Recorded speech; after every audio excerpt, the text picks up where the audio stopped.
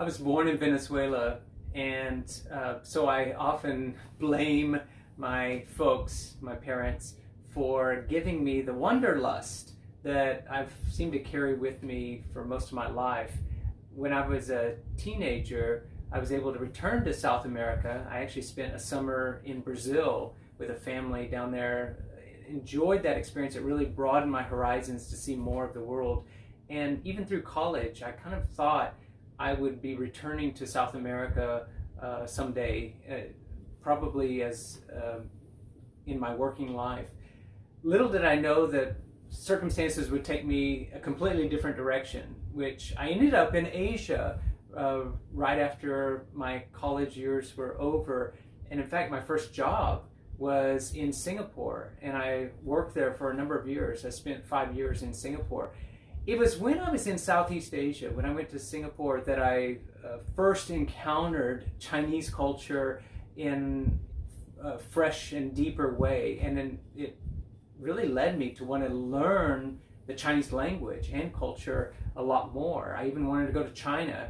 And my wife, at the time we were dating, we weren't married, but she wasn't that interested in going to China. So that took a lot longer. I have this figure here of a Chinese mandarin, and this takes us back a bit into Chinese culture in the imperial system.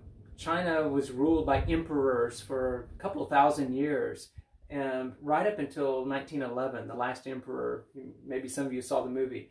But under the Chinese imperial system, what they actually did was it was open to really anyone to go study and then take the imperial exams. And it was a part of mastering a body of knowledge, the classics of Chinese culture, and then writing essays on them. And so the people who got the best grades on the exam were promoted to the position to be a court official. And so the Chinese have a great love of learning and a great value about studying hard and preparing yourself for life through mastering a body of knowledge, and then being able to show how much you've integrated it, and you can write upon it and speak about it intelligently. And it reminds me that leaders are learners. They're lifelong learners. And there's something else about the figure of the Chinese scholar, which I think is also relevant for leaders today, because it was also part of the tradition that once you were appointed to a court position, it wasn't like tenure or you had it for life.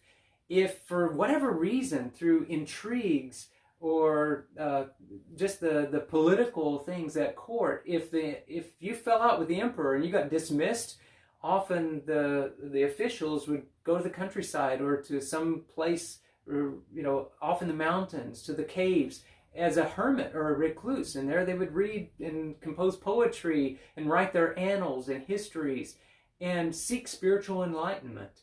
Leaders should bring that spiritual depth to their everyday life, to their work, and to what they do, knowing that you don't know when your current job or your position is going to be over, and you could be dismissed at any time. You could lose your platform. And so you've got to make every day count. You've got to bring your best every day and try to make your mark upon the world. And so you've got to be a lifelong learner, and you've also got to hold on to what you've got lightly, so that whenever your time is up, you're not regretting the shots that you didn't take.